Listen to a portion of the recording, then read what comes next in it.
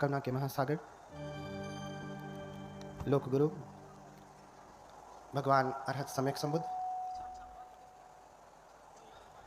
इनके कमल चरणों की कोटि कोटि वंदना करता हूँ। तत्पश्चात धम्म राजा सम्राट अशोक एवं बोधिसत्व बाबा साहब डॉक्टर भीमराव अंबेडकर, इनके प्रति हार्दिक कृतज्ञता ज्ञापित करते हुए कोटि कोटि नमन करता हूँ।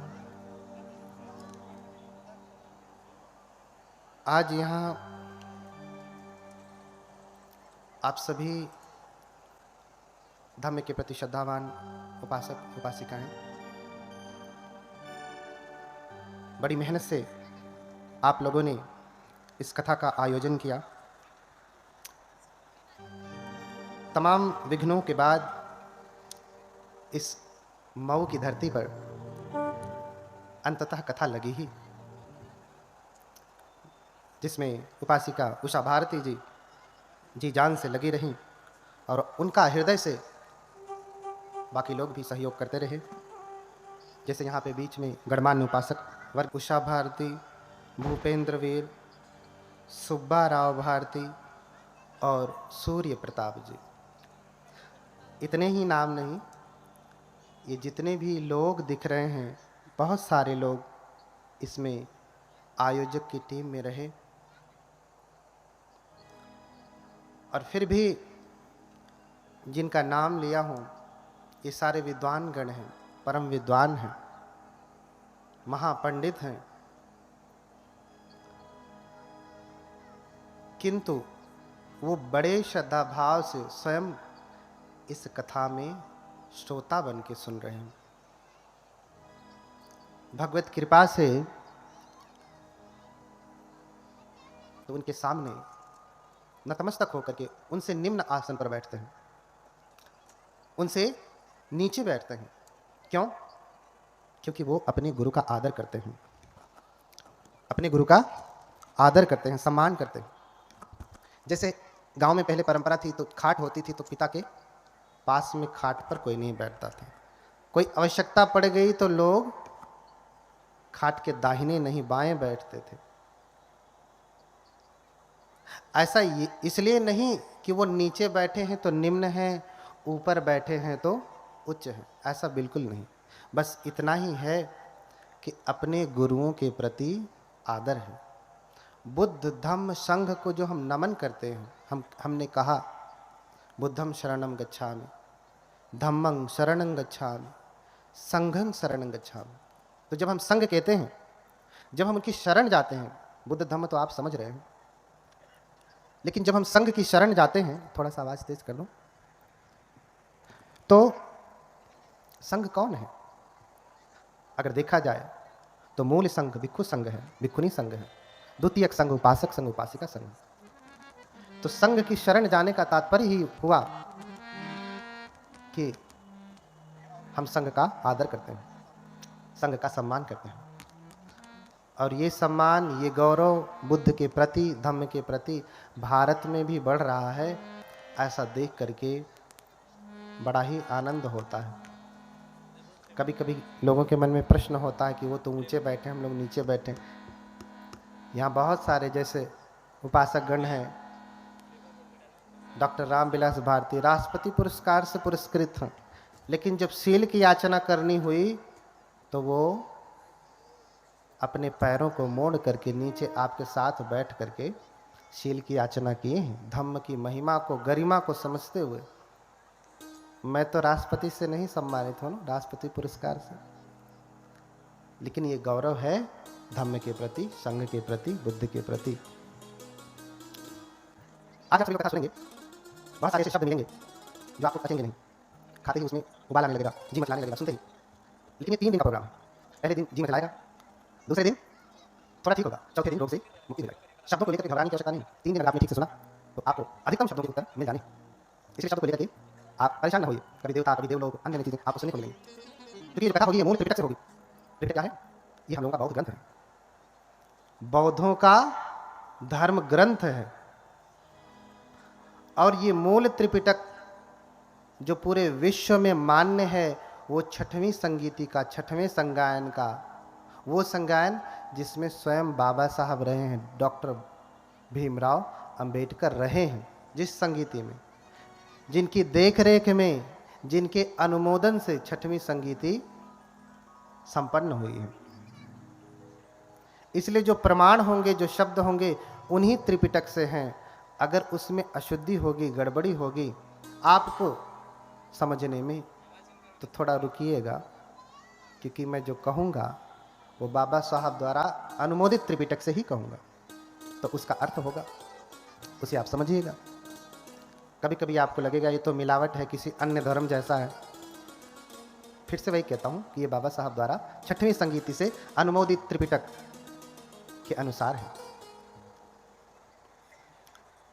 तो एक बार सभी लोग बोलें भगवान बुद्ध की, बोलिए भगवान बुद्ध की, भगवान बुद्ध की। थोड़ा जगह ले सकते हैं, गर्मी हो रही है तो उधर पीछे तक जगह खाली है ना, थोड़ा सड़क के बैठेंगे तो कम गर्मी लगेगी। देखिए, इसलिए हमने भी पंखा बंद करवा दिया, ताकि आपको ऐसा ना लगे कि हम तो पंखा की हवा ले रहे हैं और आप गर्मी में बैठे। तो हम भी आपके जैसे पालथी मार के ही बैठे हैं, बस ऊंचा है। तो जितनी पीड़ा आपको होगी बैठने में, उतनी मुझे भी है। जितनी गर्मी आपको लगेगी उतनी मुझे भी लगेगी। इसलिए धैर्य पूर्वक सुने, क्योंकि हम ऐसे भगवान की कथा सुनाने जा रहे हैं। कथा तो बहुत सुनते हैं आप, कथा सुनने के बाद मन में प्रश्न आता है, या कभी कोई आपसे पूछता है कि अरे आप तो कथा सुन करके आई हैं, आपके भगवान तो ऐसा कर लेते हैं, वैसा कर लेते हैं, कभी हवा में उड़ जाते हैं, कभी ये लीला कर लेते हैं, तो आप लोग क्यों नहीं करते? हमें भी तो करना चाहिए ना। हम कक्षा में जा रहे हैं, कक्षा में जा रहे हैं और गुरु हमें पढ़ा रहा है। क्या पढ़ा रहा है? कि पानी कैसे बनता है। और फिर कहे गुरु, शिक्षक कि चलो तुम भी H2O को मिला के पानी बनाओ, पूरा विधि बताया, तो आप बनाएंगे कि नहीं? बनाएंगे और बनेगा भी। और आप ये कह दें कि अरे वो तो वैज्ञानिक थे, उन्होंने बना दिया, हम कैसे बनाएंगे? तो फिर आपकी पढ़ाई का कोई अर्थ है? कोई अर्थ नहीं। ऐसे ही कथा आप सुनते हैं और सुनने के बाद कहा जाए तुम भी उस भगवान जैसे बनो, तो क्या उत्तर देते हैं?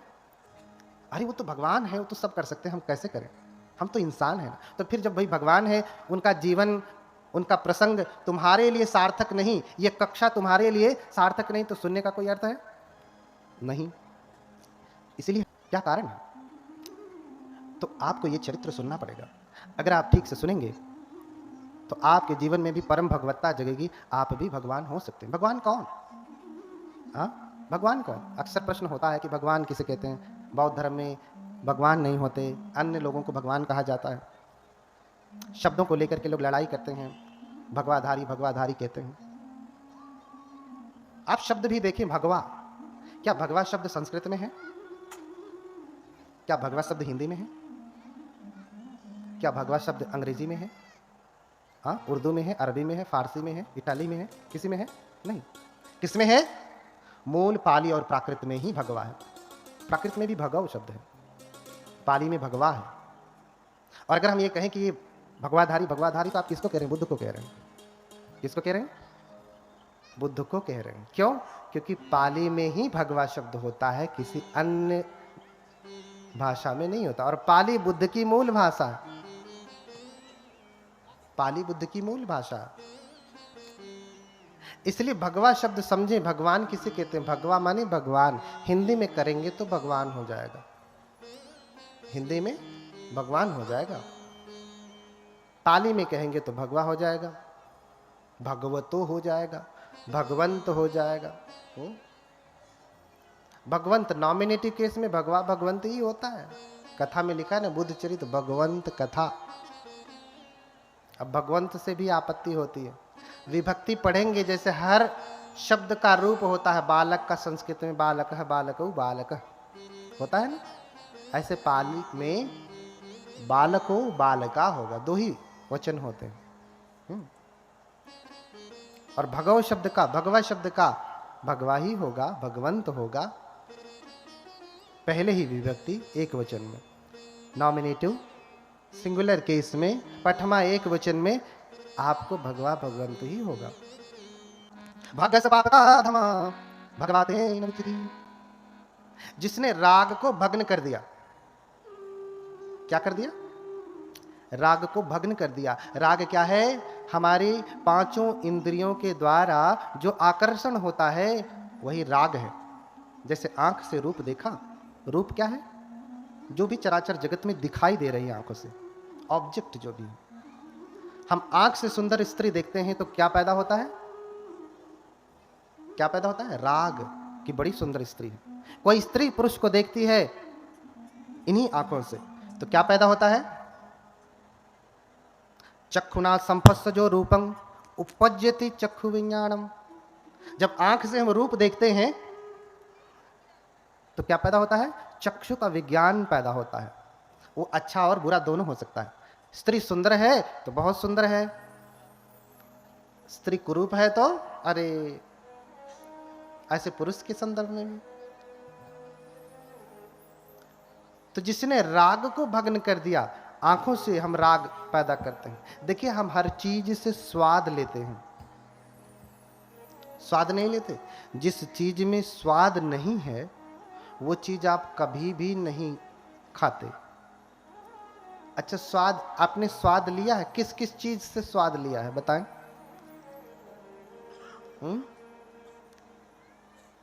किस किस से?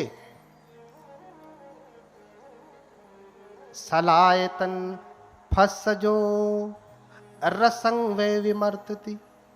जब हमारे क्षह आयतन उनके आलंबनों के साथ टकराते हैं तो व्यक्ति स्वाद लेता है। स्वाद, आज तक आप एक ही स्वाद जानते हैं, एक ही प्रकार का आहार जानते हैं, लेकिन बुद्ध चार आहार कहते हैं। कितने कितने? चार आहार कहते हैं। कौन कौन से? एक तो आहार आप जानते हैं, उसे कहते हैं कबलीकर आहार, कबलीकारो आहारो, कबलीकार आहार, अर्थात जिसे आप कबल बना के चबा करके चपर चपर चपर करके खाते हैं, वो क्या है? कबलीकर आहार। फिर क्या है? मनोसंचेतना आहार है। फिर क्या है? स्पर्श आहार है। फिर क्या है? विज्ञान, जिसे हम हिंदी में कहेंगे विज्ञान, विज्ञान आहार। ये चार प्रकार के आहार हैं और इन्हीं के द्वारा, इन आहारों को हम लेते कैसे हैं? इन्हीं पांच इंद्रियों के द्वारा लेते हैं। आंख, कान, नाक, जीभ, त्वचा और मन। एक छठवीं इंद्री जुड़ती है जिसके द्वारा हम सारे रसों का आनंद लेते हैं। अच्छा, जिस चीज में स्वाद नहीं उसे आप खाते हैं? खाना कौन सा खाया? भोजन कौन सा किया? जिसमें स्वाद है। एक दिन अगर स्वादिष्ट भोजन न मिला तो आपका पेट न भरेगा। भरता है? नहीं भरता। हर चीज में तो आप तो स्वाद बस इतना ही जानते हैं कि यही स्वाद है, लेकिन नहीं, आंखों से भी स्वाद है। आपने वस्त्र कौन सा पहना? जो आंखों को स्वादिष्ट, आंख के द्वारा स्पर्श हुआ तो जो विज्ञान पैदा हुआ, जो स्वादिष्ट लग रहा है, वही स्वादिष्ट वस्त्र आपने पहना। नहीं पहना? आपकी अलमारी में हजारों जोड़े कपड़े रहे होंगे, हाँ, ऐसे गए होते, हाथ डाले होते पीछे, निकाल लिया, एक पहन लिया। ऐसा किया क्या? देखा कि इन हजारों में वही कोई भी आया दुकान से और दे दिया, लो भैया ये ले जाओ, आपने ले लिया? नहीं, जिसमें आपको स्वाद आया, नहीं ये स्वादिष्ट लग रहा है नासिका के द्वारा, वही आपने लगाया। तो ऐसे ही छहों इंद्रियों से, 5 शारीरिक इंद्रिय हैं और एक मानसिक इंद्रिय, छहों इंद्रियों से जो स्वाद लेता है राग में फंसता है। इसलिए बुद्ध ने कहा, बुद्ध कौन है? भगरागोति भगवा, जिसने समस्त रागों को भग्न कर दिया। बुद्ध के भीतर कोई भी रस नहीं, रस लेने की कामना नहीं। आप उनको रूखा भोजन दे देंगे, रूखा भोजन कर लेंगे। वस्त्र तो कोई राजसी पहनते नहीं थे। हम लोगों के भीतर राग है, स्वाद है, बुद्ध के भीतर ऐसा नहीं था। बुद्ध तो पंचकूल पहनते थे। पंचकूल यानी पुराना फटा कपड़ा, उसको सिल करके चीवर बनाते थे और बुद्ध उसको पहनते थे। आंखों से कोई रूप देखा तो उसमें भी स्वाद नहीं, कान से कोई गीत नहीं सुनते। ऐसा जो आपके यहाँ गांव में जब खुशी होती है तो डीजे लग जाता है, ऐसा बुद्ध कोई गीत नहीं सुनते। बुद्ध धम्म पद का गायन सुनते हैं। इसलिए हमारे धर्म की जब संगीति हुई तो उसे कहा संगीति, साथ में गीति माने गायन करना, साथ में गायन करना। दूसरा शब्द दिया संगायन, साथ में गायन करना। आज कोई गा दिया तो कहते हैं भंते तो गीत वादित। अरे भैया तुम समझो, ऑर्केस्ट्रा वाले थोड़ी ना है। हाँ, क्या गाया? बुद्ध की स्तुति गाया, धम्म के गीत गाया। तो भगरागोति भगवा, जिसने राग को भग्न कर दिया। भग दोषोति भगवा, जिसने दोष को भग्न कर दिया। दोष कहेंगे हिंदी में तो द्वेष होगा, किसी भी प्रकार की ईर्ष्या, जलन, क्रोध ये करना कर देते हैं। क्यों? क्योंकि बुद्ध परम सामर्थ्यवान है। अरे भैया, किसी को सुधारना है तो उसे बंदूक चला के मारना जरूरी है। इसलिए देश का संविधान बहुत विषम परिस्थिति में नहीं डाल के फांसी की सजा देता है। क्यों? क्योंकि बाबा साहब उस भगवान बुद्ध की शिक्षा से प्रेरित थे। जब कोई विकल्प ही नहीं बचता तब जाकर के मारने का विधान दिया गया संविधान। बुद्ध परम कारुणिक है। अंगुलीमाल जैसे डाकू को जिसने हजारों की हत्या की, 1999 की हत्या की। कितने की? 1999 नहीं, 1000 तो मार के ही आया। गुरु से बोला कि मार दिया 1000 को। आपकी गुरु दक्षिणा बोली, क्या सबूत है तूने मारा? सबूत तो कुछ नहीं। तो अब से जब मारता है तो उंगली काट करके पहन लेता। तो 999 दोबारा पूरा किया। 1000वें नंबर पे भगवान बुद्ध थे। तो 1999 की हत्या करने वाला कोई आज के समय में कोई ऐसा एक व्यक्ति का नाम बताइए, कोई है? या तब के समय में ही, बुद्ध के समय में ही किसी ऐतिहासिक व्यक्ति का नाम बताइए जिसने किया हो? नहीं। एक अकेले व्यक्ति ने इतने की हत्या नहीं की होगी। यहां तक कि बड़े बड़े राजा महाराजा भी अधिकतम मारे होंगे तो 100, 200, 500 मारे होंगे, इससे अधिक नहीं। लेकिन इसने 1999 की हत्या की। बुद्ध भी चाहते तो मार देते। राजा बिंबिसार, प्रसेनजीत आदेश देते। और जब किसी से आप मैत्री करेंगे तो मारने की नौबत नहीं आएगी। आप अपने बेटे को मार सकते हैं? बेटी को मार सकते हैं? नहीं, क्योंकि इतनी मैत्री, इतना प्रेम, इतनी करुणा भरी है उसके प्रति, चाहे कितनी विषम परिस्थिति आ जाए आप मारने वाले नहीं है। इसलिए माँ के प्रेम को, माँ की मैत्री को सर्वश्रेष्ठ प्रेम, मैत्री और करुणा कहा। तो बुद्ध अंगुलीमाल जैसे व्यक्ति को भी मारते नहीं, उसे रास्ते पे ला देते हैं। क्यों? क्योंकि बुद्ध परम सामर्थ्यवान है, बिगड़े से बिगड़े व्यक्ति को भी सीधा कर लेते हैं। इसलिए बुद्ध को कहा गया सत्ता देव मनुष्य। बुद्ध क्या है? शास्ता है। हम वंदना में करते हैं हर दिन, सत्ता देव मनुष्यानंग बुद्धो भगवाती, कहते हैं ना।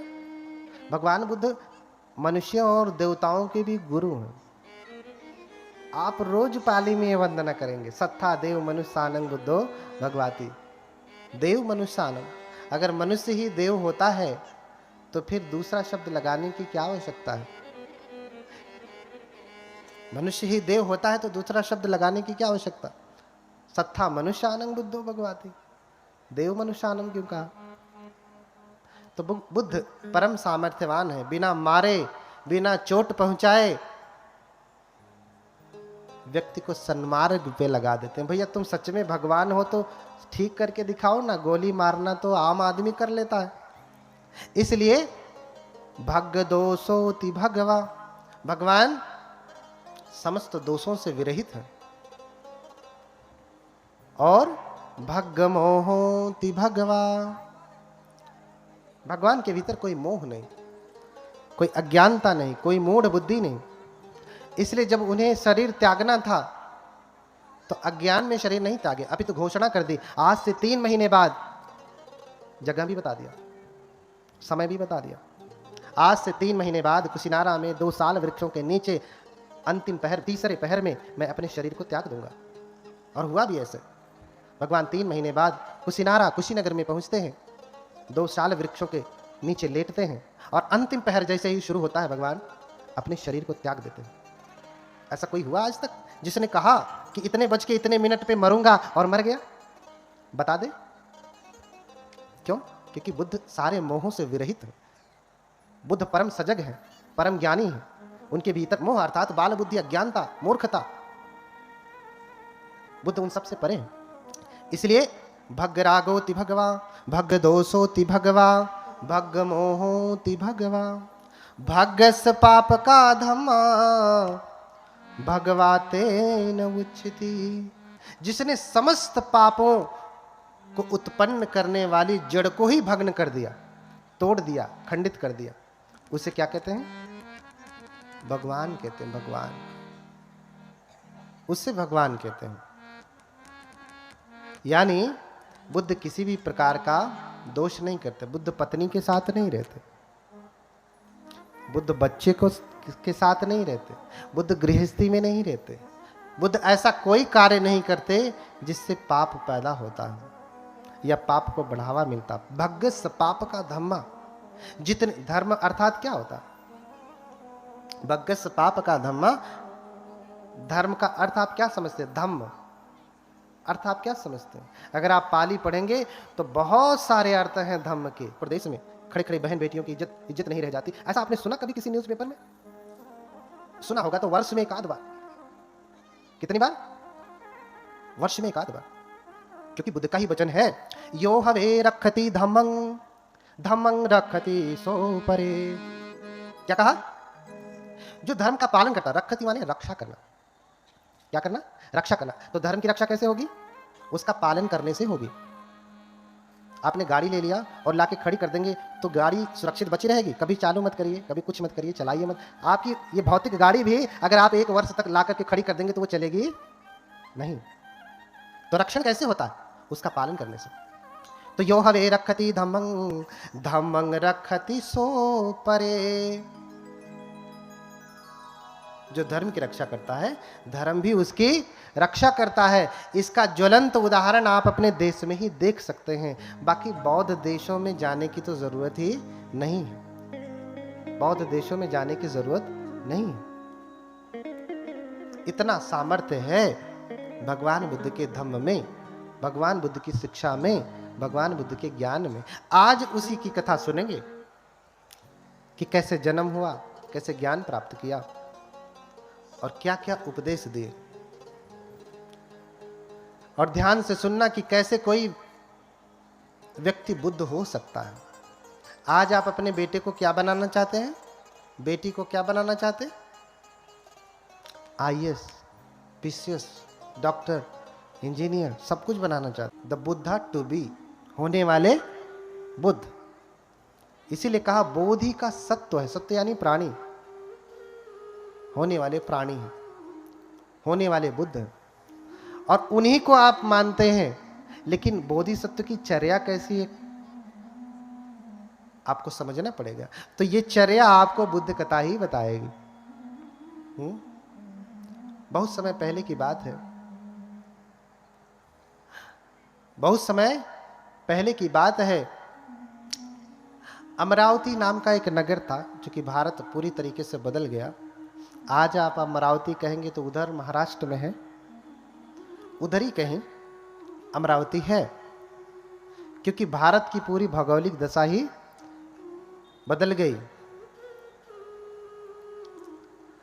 तो कप्पे सत सहस्रे च चतुरो च असंख्ये, अमरम नाम नगरम दर्शनेयं मनोरमम। कप्पे सत सहस्रे, देखिए आप ध्यान से समझें। कप्पे सत सहस्रे चतुरो च असंख्य। कल्प बहुत सारे होते हैं। कप्प यानी कल्प। एक कल्प होता है जिसे हम आयु कल्प कहते हैं, दूसरा कल्प होता है अनंतर कल्प, तीसरा कल्प होता है असंख्येय कल्प, और अंतिम जो कल्प होता है वो क्या होता है? महाकल्प। ये 4 कल्प होते हैं। अब कल्प किसे कहते हैं? कल्प किसे कहते हैं? कल्प समय को नापने का एक पैमाना है। जैसे हम समय को कैसे नापते हैं? 1 सेकंड, 2 सेकंड, 1 मिनट, 2 मिनट, 1 घंटे, 2 घंटे, 1 महीने, 2 महीने, 1 वर्ष, 2 वर्ष, ऐसे नापते हैं। कपड़े से प्रत्येक 100 वर्ष में एक बार पोंछा जाए। समझ पा रहे हैं? पर्वत की चोटी को रेशम के कपड़े से 100 वर्ष में एक बार पोंछा जाए, तो उस चोटी को समाप्त होने में जितना समय लगता है उसे एक कल्प कहते हैं। कितना समय लगेगा? पर्वत की चोटी को रेशम के कपड़े से 100 वर्ष में एक बार पोंछा जाए तो चोटी को समाप्त होने में जो टॉप पोर्शन होता है जितना समय लगता है उसे क्या कहते हैं? एक कल्प कहते हैं। अब इसे आप वर्षों में बता सकते हैं कितने वर्ष में खत्म होगा? कितने हजार वर्ष में? नहीं। दूसरा उदाहरण दिया हमारे त्रिपिटक में कि 1 योजन लंबा, 1 योजन चौड़ा, 1 योजन ऊंचा कोई भेरी हो।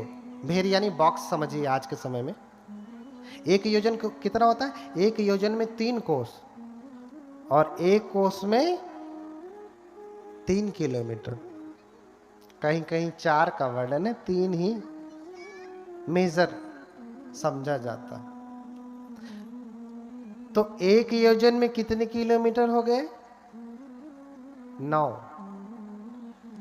1 योजन में 3 कोस और 1 कोस में कितने किलोमीटर? 3। तो 3 तिया 9। कोई भेरी यानी बॉक्स समझिए, कोई डब्बा हो, कंटेनर हो जिसमें आप चावल वावल रखते हैं ना, कितना बड़ा हो? देखिए बुद्ध कब पैदा होते हो, बुद्ध कैसे पैदा होता, कितना समय लगता है। अभी समय बता रहा हूं कितने समय में पैदा होते हैं, कैसे पैदा होते हैं। 9 किलोमीटर लंबा, 9 किलोमीटर चौड़ा और 9 किलोमीटर ऊंचा। क्या हो? भेरी हो। और उसमें क्या रखे हो? सरसों के दाने रखे हो। प्रत्येक 100 वर्ष में एक सरसों का दाना निकाला जाए तो दाना समाप्त होने में जितना समय लगता है उसको क्या कहते हैं? एक कल्प कहते हैं। ये कल्प की व्याख्या उसी त्रिपिटक से है जिस त्रिपिटक का अनुमोदन स्वयं बाबा साहब ने किया। ये बुद्धों का कल्प है, उत्पन्न होने का समय है, बुद्धों के उत्पन्न होने का समय है। तो इसको आप कितने वर्षों में गणना करके बता सकते हैं? 1000, 2000, लाख, करोड़ नहीं, ये वर्षों में। हिमालय में जाकर के तप करते थे।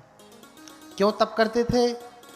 क्योंकि जब उनका जन्म हुआ तो माता पिता सब कुछ छोड़ करके चले गए।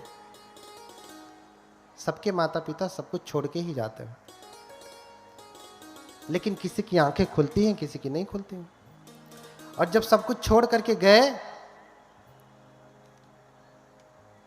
तो सुमेध सोचने लगे कि इतने मेरे पितामह सामर्थ्यवान थे, मेरे पिता सामर्थ्यवान थे, लेकिन ये कुछ भी लेकर के नहीं गए। क्यों? क्योंकि पूरी हवेली बनाया और जब खाता बही वाला पूरा निकाल करके विवरण दे दिया कि इतना तुम्हारे पिता का धन है, इतना तुम्हारे पितामह का धन है, ऐसे करके यावता सत्तमः युगा 7 पीढ़ियों का पूरा विवरण दे दिया कि ये परंपरागत चलने वाला धन है।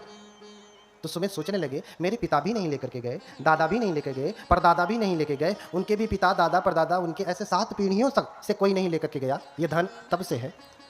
तो क्या मैं जब मरूंगा तो इसे लेकर के जाऊंगा? हा? क्या मैं इसे लेकर के जाऊंगा? नहीं। जब वो खाली हाथ से गए तो मैं भी खाली हाथ से ही जाऊंगा, हाथ में लेकर के नहीं जाऊंगा।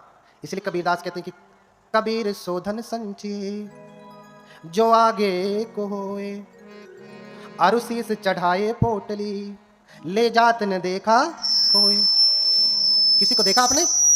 ऐसे धन का संग्रह करें जो आगे को होए, अर्थात आपके साथ वो धन चले, जहां आप जाएं आपके साथ आपका धन जाए। तो कौन सा धन जाएगा? जो अलमारी में रखा है सुमेध, कि मैं सर पे लाद करके लेकर के जाऊंगा नहीं। इसलिए मुनादी करवा देते हैं कि जिसको जो चाहिए सो ले जाए। मुनादी करवा दिया कि मेरे घर में जो कुछ भी है जिसको जो चाहिए सो ले जाए। एक बार आप अपना घर खुला करके छोड़ दीजिए और कहिए जिसको जो चाहिए सो ले जाए, तो गरीब तो छोड़ दीजिए, धनवान भी लूटने पहुंच जाएगा। गरीब बाद में पहुंचेगा धन, अरे रुक, अमीर तो पहले ही उसे अपना रौब दिखा करके रोक देगा। हाँ, तो एक एक करके सारे, जिसे धन मिला सो धन ले गया, जिसे आसन मिला आसन ले गया, जिसे चारपाई मिली चारपाई ले गया, बेड ले गया, बिस्तरा ले गया, कंबल ले गया। हाँ, दरवाजा तक तोड़ के, खिड़कियां तक तोड़ करके लोग लेके चले गए। बस उनकी इमारत का ढांचा बना। देख करके सुमित हंसते हैं कि कितने ज्ञानी लोग हैं, इन्हें लगता है मैं लुटा रहा हूं तो मैं खो रहा हूं, और ये लेके जाएंगे तो ये बचा लेंगे।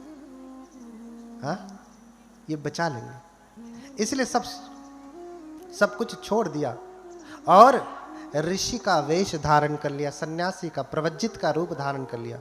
बुद्ध को भी ऋषि कहा गया। क्या कहा गया? धम्मं देसेसि महेशिनो।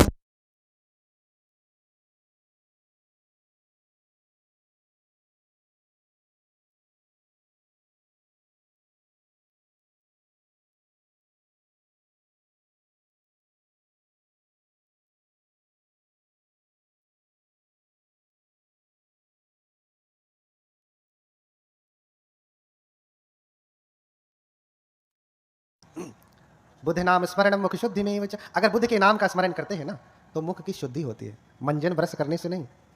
कैसे होती है? क्योंकि ये मुख कितनी गंदगी फैलाता है। जब भी बोलेगा क्या बोलेगा? झूठ बोलेगा, चुगली करेगा, बकवास करेगा, कटु वचन बोलेगा, निंदा करेगा, प्रशंसा करेगा। हाँ, तो इससे कितनी अशुद्धि फैलती है। लेकिन बुद्ध जब आप कह रहे हैं तो मुख आपका पावन हो रहा है, क्योंकि बुद्ध का अर्थ है ज्ञान, सम्यक ज्ञान। और जब आप ज्ञान को स्मरण करेंगे, याद करेंगे, तो सब कुछ ठीक होने लगेगा। फिर से बोले भगवान बुद्ध की।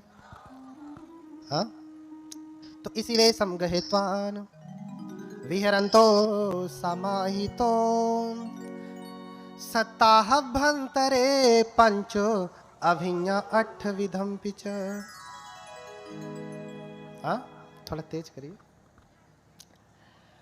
तो ये धन मैं अपने साथ लेकर के नहीं जाऊंगा, क्योंकि मेरे दादा परदादा पितामह ये कोई लेकर के नहीं गया, मैं भी लेकर के नहीं जाऊंगा। इसलिए त्याग दिया और ऋषि का वेश धारण कर लिया।